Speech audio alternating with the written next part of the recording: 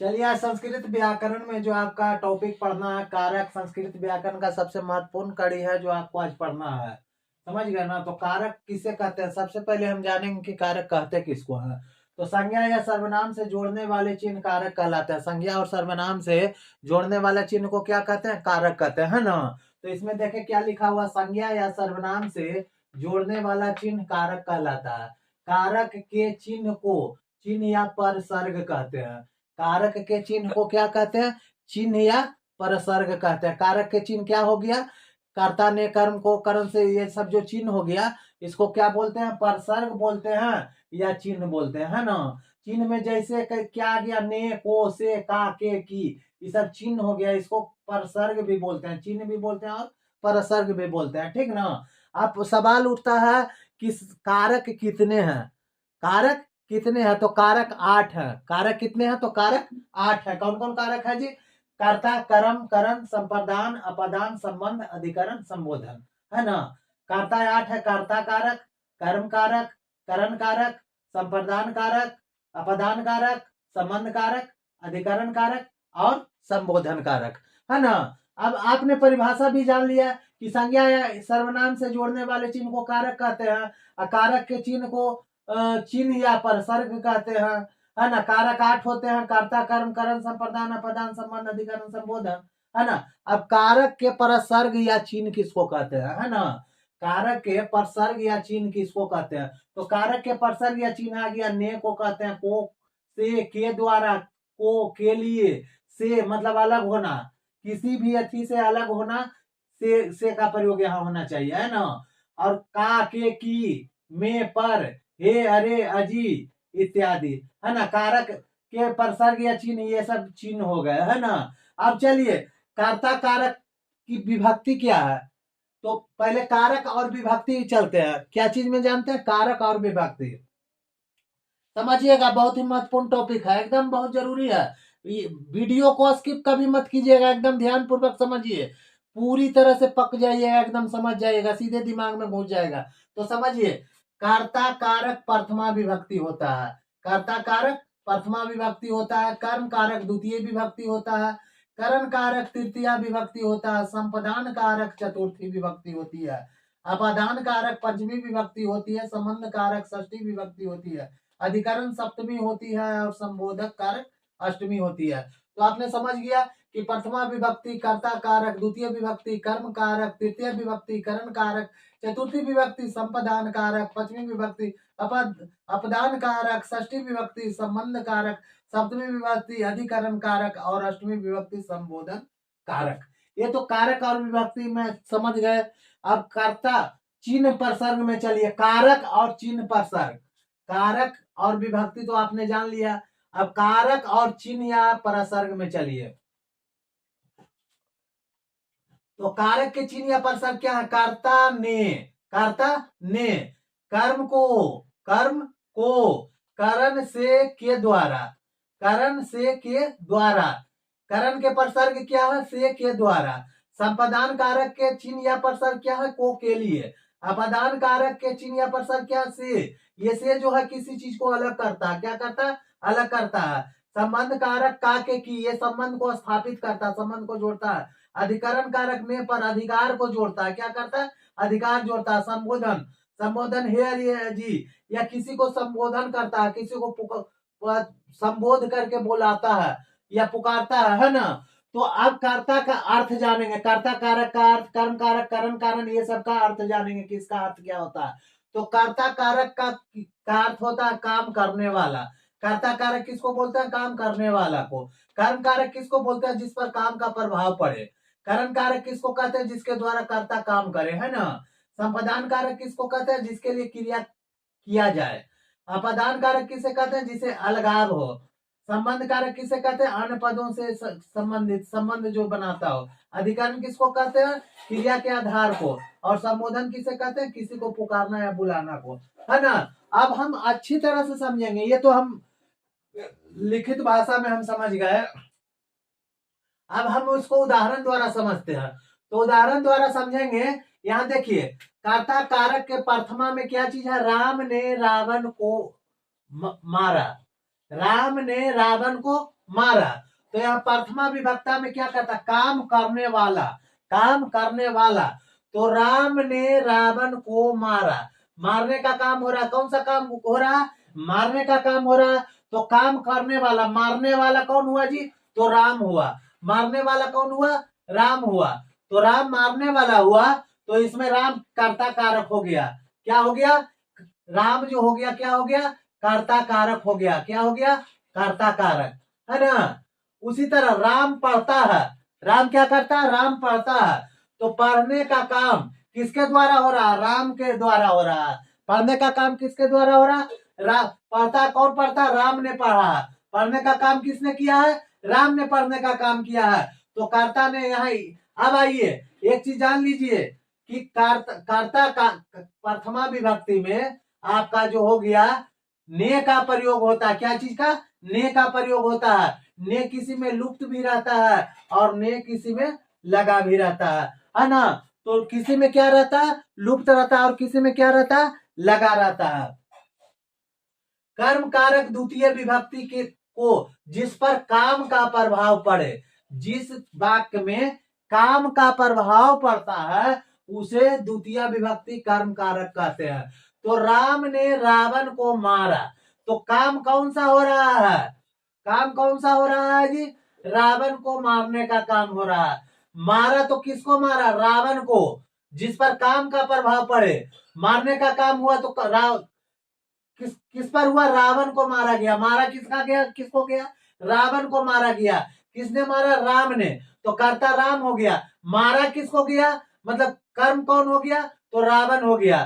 तो कर्म जो हो गया, कर्ता का सॉरी, क्रिया का फल जिस पर पड़े उसे कर्म कारक कहते हैं। तो मारने का काम किसको हो रहा, रावण को हो रहा। तो रावण को क्या हो गया, कर्म कारक हो गया। क्या हो गया, कर्म कारक द्वितीय विभक्ति। अब राम घर जाता है, राम घर जाता, तो जाने का काम किसको हो रहा है, घर का, किसको हो रहा है, घर का। राम घर को जाता, राम घर को जाता है ना। तो यहाँ गो छुपा हुआ, को छुपा हुआ। तो ये जो घर को जो हो गया, ये आपका क्या हो गया, कर्म कारक द्वितीय विभक्ति। जाता है मतलब क्रिया का फल किस पर पड़ रहा, घर पर पड़ रहा है ना। तो क्रिया का फल जिस पर पड़े उसे कर्म कारक कहते हैं, और जो काम करने वाले हो उसको कर्ता कहते हैं। अब करण, करण किसको कहते हैं, तो जिसके द्वारा कर्ता काम करे। कर्ता को काम करने का जो कड़ी मिलता है, कर्ता को काम करने का जो आधार होता है, कर्ता को काम करने का जो पिलर होता है, जिसके माध्यम से कर्ता काम कर रहा है, उसको करण कारक कहते हैं। उसको क्या कहते हैं, करण कारक कहते हैं। और जैसे वह कलम से लिखता है तो लिख तो रहा है, लेकिन वह जो करता है वह कौन है जी, करता है। वह उसके लिए कौन सा पिलर है, किस चीज से लिख रहा है, उसका माध्यम लिखने का क्या चीज है, तो लिख रहा है तो कलम से लिख रहा है। किस चीज से लिख रहा है जी, कलम से लिख रहा है। तो यहाँ से क्या हुआ, से आपका चिन्ह पर सर्व हो गया, और करण तृतीय विभक्ति कारक हो गया। करण कारक तृतीय विभक्ति हो गया क्योंकि इसमें कलम से लिखा जा रहा है। किस चीज से लिखा जा रहा है, कलम से लिखा जा रहा है, वह कलम से लिखती है ना। राम घर से जाता है, तो राम जा रहा है तो कहां से जा रहा है, घर से जा रहा है। किसके माध्यम से जा रहा है, तो घर के माध्यम से जा रहा है। तो उसका माध्यम क्या है, घर, है ना। तो जिसके द्वारा उसका माध्यम हो, जिसके द्वारा उसका पिलर हो, वही करण कारक कहलाता है ना। जो माध्यम, जैसे वह कलम से लिखता है तो इसमें कलम से लिखने का माध्यम क्या हुआ, कलम से। वह घर से जाता है तो घर से जाने का माध्यम क्या हुआ, घर से। राम अपने मायके ट्रेन से जा रही है, जा रही है नहीं सॉरी, सीता अपने मायके ट्रेन से जा रही है। तो सीता अपना मायका, अपना नैहर जा रही है, तो किस चीज से जा रही है, ट्रेन से। तो उसका माध्यम क्या हुआ, ट्रेन, है ना। तो ट्रेन के माध्यम से जा रही है, तो ट्रेन से जो हो गया आपका क्या क्या हो गया, करण कारक तृतीय विभक्ति हो गया, है ना। तो अब संप्रदान कारक में चलिए, चतुर्थी विभक्ति को के लिए जिसके द्वारा क्रिया किया जाए, जिसके द्वारा क्रिया किया जाए। क्रिया मतलब क्रिया कोई, मतलब कोई काम को करने का बोध होता है, वह स्पेशल उसी के लिए किया जा रहा है। अगर कोई काम हो रहा है तो वह स्पेशल उसी के लिए हो रहा है। जैसे दिने, यहाँ क्या लिखा हुआ है, मैं दिनेश के लिए चाय बना रहा हूं, मैं दिनेश के लिए चाय बना रहा हूं। तो चाय बनाने का जो काम हो रहा है किसके लिए हो रहा है, स्पेशल दिनेश के लिए हो रहा है। यहाँ क्रिया जो हो रहा है स्पेशल किसके लिए हो रहा है? संप्रदान का कारक के लिए हो रहा है। किसके लिए? संप्रदान कारक चतुर्थी विभक्ति के लिए हो रहा है। तो यहाँ दिनेश के लिए जो हो गया ये आपका क्या हुआ? संप्रदान कारक। मतलब कहने का मतलब हुआ जो क्रिया जो काम होता है वो जिस माध्यम से जिसके लिए काम होता है वो माध्यम ही संप्रदान कारक कहलाता है। वो माध्यम क्या कहलाता है? संप्रदान कारक कहलाता है। अब चलिए अपदान कारक पंचमी विभक्ति से किसी चीज को अलग करता है, किसी चीज से क्या करता है? अलग करता है। जैसे यहाँ क्या लिखा हुआ? पेड़ से आम गिरा। पेड़ से जो है आम गिर गया तो पेड़ से क्या हो गया? अलग हो गया। पेड़ से पत्ते गिरते हैं तो पेड़ से पत्ता क्या हो गया? अलग हो गया। तो किसी भी चीज को अलग करना अपदान कारक कहलाता है। अपदान है ना, अपने से अलग करना है ना, अपने से अलग करना क्या कहलाता है? अपदान कारक कहलाता है। और ये पंचमी विभक्ति है।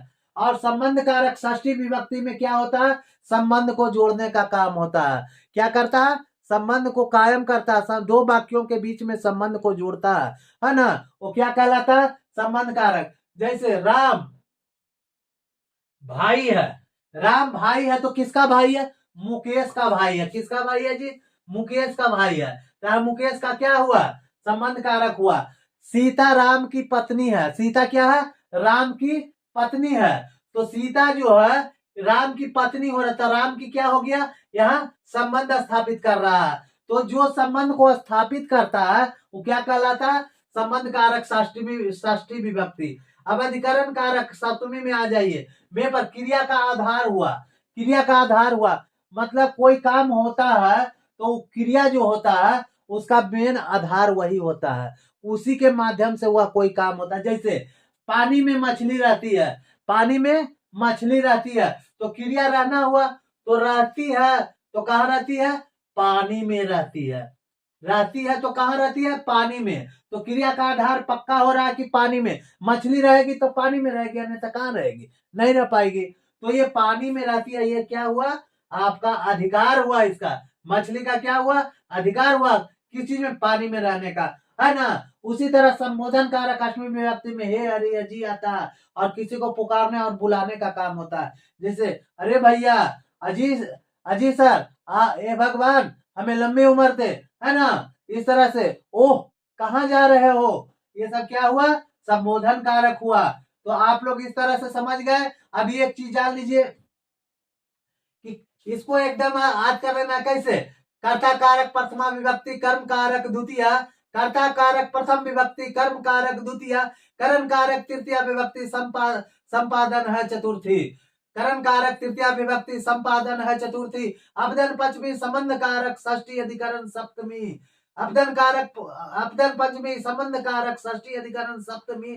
संबोधन अष्टमी है जी, समझो इसको अष्टमी, है ना। अनिकर्ता कारक प्रथमा विभक्ति कर्म कारक द्वितीय, करण कारक तृतीय, संप्रदान चौथा, अपदान पंचमा, संबंध कारक षष्ठी, अधिकरण सप्तमी, संबोधन अष्टमी।